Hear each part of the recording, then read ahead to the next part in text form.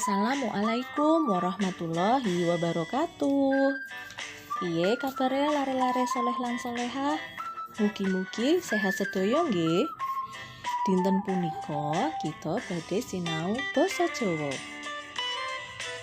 Piwulang sekawan. Babagan dolanan tradisional. Saderenge mulai sinau, ayo sareng-sareng maca donga. Maca bismillah nggih. Bismillahirrahmanirrahim. Nah, dolanan tradisional iku dolanan sing biasane dienggo ing jaman biyen. Nah, dolanan sing wis ana saka jaman biyen. Dolanan tradisional dilakokake bareng-bareng, rame-rame karo kanca-kanca. Dolanan tradisional akeh maceme. Nah, yen dolanan kudu rukun karo kancane. Iki jenenge dolanan jamuran.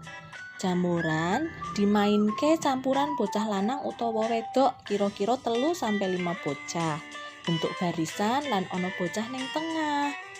Banjur diubengi karo nembang jamuran. Yen iki engklek dolanan nggunakake petak utawa panggonan sampun digaris kagem area permainan. Yen iki jedhungan dolanan ingkang dimainke karo kelompok. Ana bocah tugase goleki kancane sing padha ndelik utawa umpetan. Yen iki egrang dolanan sing migunakake alat saka pring. Cacahe 2, kira-kira ukurane 3-4 meter. Nah, nek iki dakon sing migunakake kecik, cacahe 7 lan diwenehke ingkang wadah kanthi enek legokane. Biasane digawe saka kayu utawa plastik. Sakjane kathah sanget dolanan tradisional. Nah, kita sebagai murid, sebagai anak bangsa, kudu nglestarekake dolanan tradisional. Alhamdulillahirabbil alamin. Pembelajaran dinten punika sampun rampung.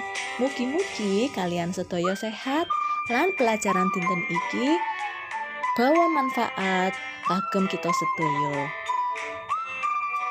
Ustadzah akhiri, wassalamualaikum warahmatullahi wabarakatuh.